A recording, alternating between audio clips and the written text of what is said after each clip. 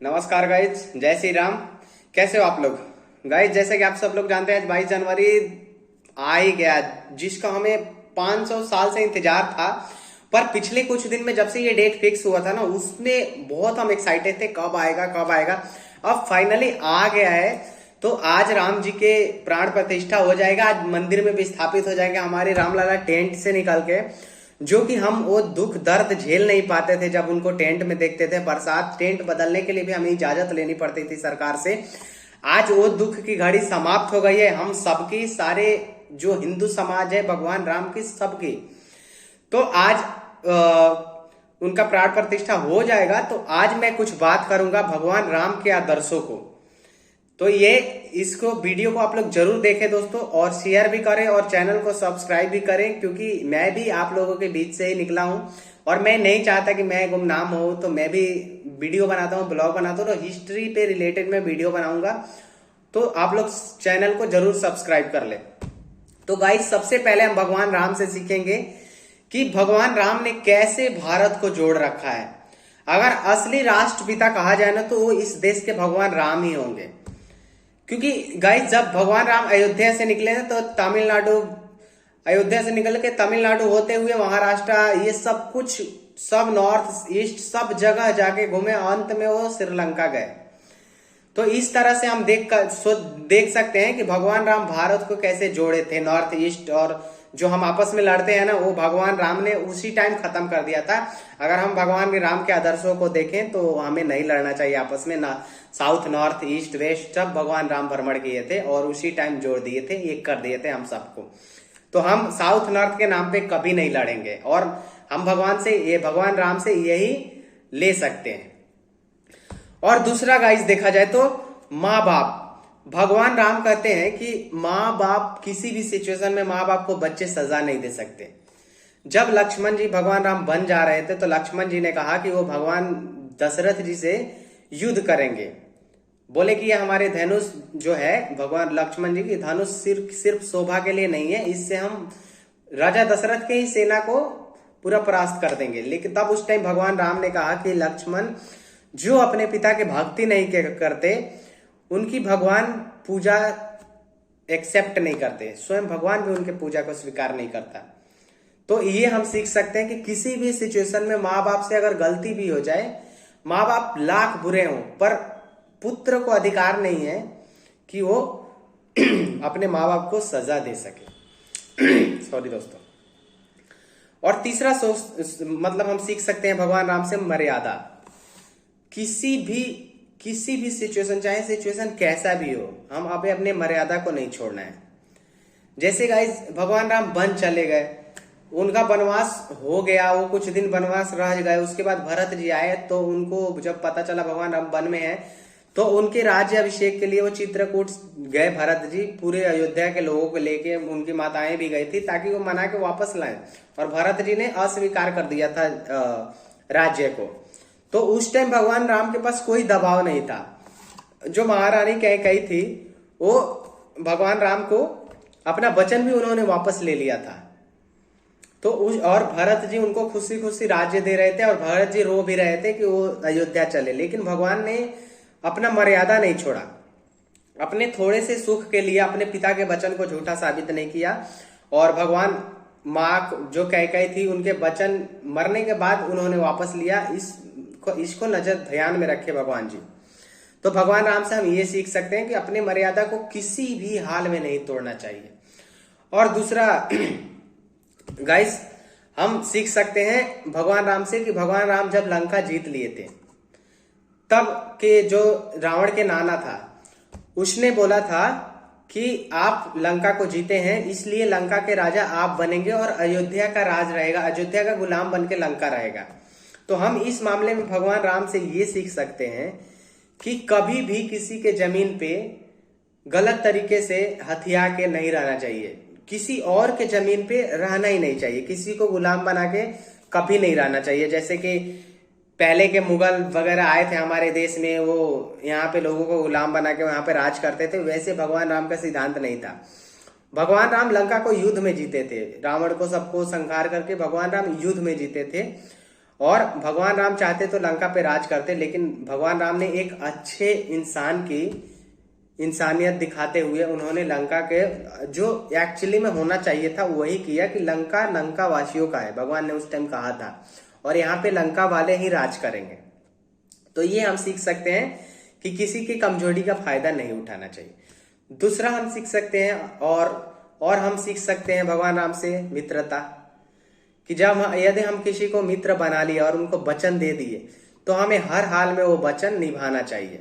जैसे उन्होंने भगवान सुग्रीव को भी वचन दिया था, उनको राज वापस दिलाए, और विभीषण को भी वचन दिए थे, तो उनको भी वो अपना वचन निभाए और लंका का राजा बनाए।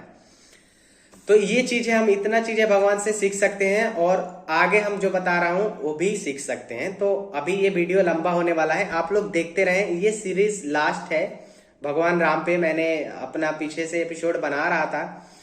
तो अभी माताएं बहनें जो कैकेयी, हमारी राम जी की माता जी थी कैकेयी, तो उन्होंने जो वचन लिया था दशरथ जी से, तो कभी ना गाइस भगवान राम से हम ये सीख सकते हैं कि हमारे नसीब में जो हो रहा है, मतलब हमारे नसीब में बुरा हो रहा है अच्छा हो रहा है, उसका दोष हम किसी को नहीं दे सकते। माता कैकेयी ने वचन लिया था और सारी अयोध्या जानती थी कि माता कैकेयी के वजह से ही भगवान राम को वनवास हुआ है। एक भगवान राम को छोड़ के और बाकी सब लोग माता कैकेयी को कोस रहे थे। माता कैकेयी, यहाँ तक कि माता कैकेयी के जो खुद के पुत्र भरत थे वो भी कोस रहे थे कि मैंने क्यों तुम्हारे कोख से जन्म लिया और क्यों मैं तुम्हारा बेटा बना कि मैं इस रघुकुल के सबसे कलंकित चेहरा हो गया। तो ये हम भगवान से सीख सकते हैं कि हमारे नसीब में जो घट रहे वो हमारी किस्मत है, वो हमारे किस्मत लिखा के आए है और जो हमें हर हाल में झेलना ही है। तो इसलिए इस मामले में सीख सकते हैं कि हमें किसी को हमारा बुरा हो रहा है तो हमें किसी को दोष नहीं देना चाहिए। और गाइस हम भगवान से सीख सकते हैं कि हम एक अच्छा राजा, एक अच्छा, अभी तो जो हमारे नेता हैं, तो हम एक अच्छा राजा कैसे बन सकते हैं अपने प्रजा के लिए। राजा जो होता है ना, वो प्रजा के लिए सब कुछ, प्रजा के लिए राजा ही होता है, एक पिता समान राजा होता है। तो भगवान राम का कहना था कि जब तक राज्य में एक भी प्राणी दुखी हो, राज्य का एक भी प्राणी दुखी हो, तब तक राजा को उनके कोई भी उत्सव मनाने का अधिकार नहीं है। इसलिए भगवान राम कोई भी, कभी भी भगवान के राम के राज्य में कोई भी उदास नहीं रहता था, कोई बीमार नहीं पड़ता था। भगवान राम का राज बहुत सालों तक चला था और कोई वहां पे ऐसे दंगे नहीं होते थे, कोई किसी को मारता नहीं था, सब लोग आपस में प्रेम से रहते थे। और ये भगवान राम का राज्य था, इसीलिए लोग प्रेम से रह पाते थे और भगवान राम अपने प्रजा के सब ख्याल रखते थे। और एक बात और सीख सकते हैं भगवान राम से कि अपने प्रजा, जब तक प्रजा पूरी तरह से राजा से संतुष्ट ना हो, तब तक राजा का कर्तव्य बनता है कि वो अपने प्रजा को संतुष्ट करें। तो ये गाइस, जैसे हम वो धोबी के बारे में जानते हैं, जो भगवान राम के बारे में अपने बीवी से ये कहा था कि मैं भगवान राजा राम नहीं हूं जो एक लंका में दूसरे राज्य में एक सीता जी को रहते हुए 6 महीना रहने के बाद भी एक्सेप्ट कर लो। और ये बात भगवान राम अपने गुप्तचर से सुने और उसके बाद उन्होंने अपने प्रजा के संतुष्टि के लिए, एक आदमी के संतुष्टि के लिए, उस धोबी के संतुष्टि के लिए माता सीता का त्याग कर दिए। सोचो भाई, आज के जमाने में ये पॉसिबल है? आज तो लोग जनता को ही गाली दे रहे हैं, जो नेता को हम वोट देके जिता रहे हैं, वोट के बाद कहाँ किसी को कोई कुछ वो करता है। आप किसी के नेता के बेटा को कुछ बोल दो ना, भले वो चोरी किया हो, वो भ्रष्टाचार किया हो, आप बोल दो, आपकी जिंदगी नरक बना देते हैं ये नेता। और बहुत सारे उदाहरण है जिसके जिंदगी बेवजह नरक बनी है। तो आज के जमाने में वैसे राजा नहीं है, इसीलिए वैसे हमारे राज्य नहीं हो पाते और वैसे ही खुशहाल कभी हमारे राज्य नहीं हो पाएगा, क्योंकि हमें भगवान राम जैसा राजा नहीं है। ठीक है, तो ये इतनी चीजें हम भगवान से सीख सकते हैं। और भगवान ने जो अपने पिता से, अपने भाई से, अपने माता सीता से, माता कौशल्या से और अपने वाइफ सीता जी से जो प्यार किए थे, प्यार हम सीख सकते हैं।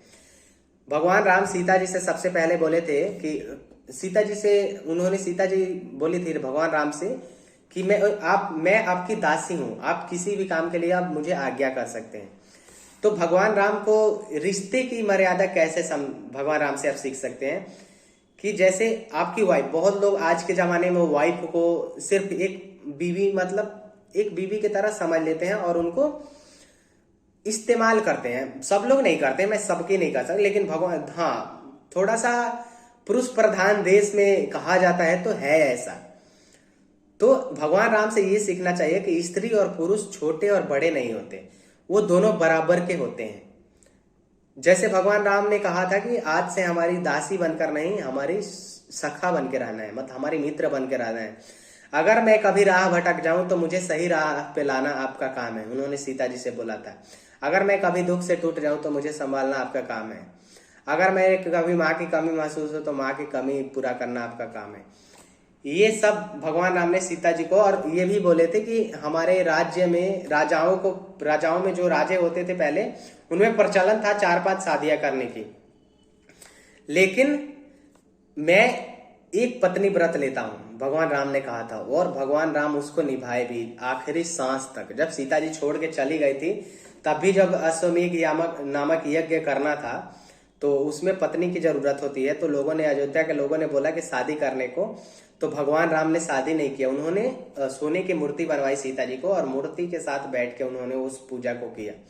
तो ये भगवान से सीख सकते हैं कि अपने पत्नी को कैसे सम्मान दे। पत्नी पत्नी ही होती है, कभी पत्नी वो आपके दासी नहीं होती है। पत्नी आपके बराबर की होती है, जो बराबर की सम्मान की उसको चाहिए। जैसे आप चाहते हैं कि वो आपकी सम्मान करे तो आप उनकी सम्मान करें। तो इतनी चीजें गाइज हम भगवान राम से, प्रभु राम से सीख सकते हैं।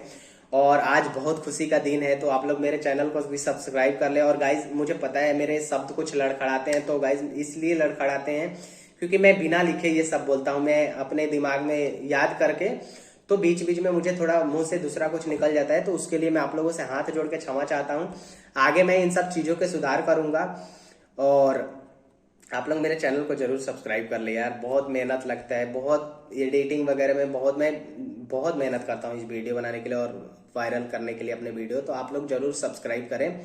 अभी मेरे यूट्यूब को धन्यवाद कहूँगा, कुछ वीडियो मेरे रिकमेंड हो रहे हैं, तो आप लोगों का भी धन्यवाद। आप लोग देख रहे हैं इसीलिए यूट्यूब रिकमेंड कर रहा है। तो आज सब्सक्राइब कर ले मेरे चैनल। और भगवान राम के ये वीडियो डाल दूंगा आज। और आज प्राण प्रतिष्ठा होगा, पूरे दिन लाइव देखो, मजे करो। और शाम को सब लोग अपने घरों में दीपक जलाना और दिवाली की तरह पूजा पाठ करना और मस्त। उस टाइम तो भगवान राम 14 साल बाद आए थे, इस टाइम 500 साल बाद मंदिर में आ रहे हैं।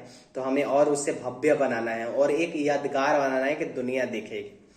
ठीक है दोस्तों, वीडियो अच्छा लगे तो शेयर जरूर करना और चैनल को भी जरूर सब्सक्राइब करना और अपने दोस्तों को भी शेयर कर लेना यार। जय श्री राम, धन्यवाद।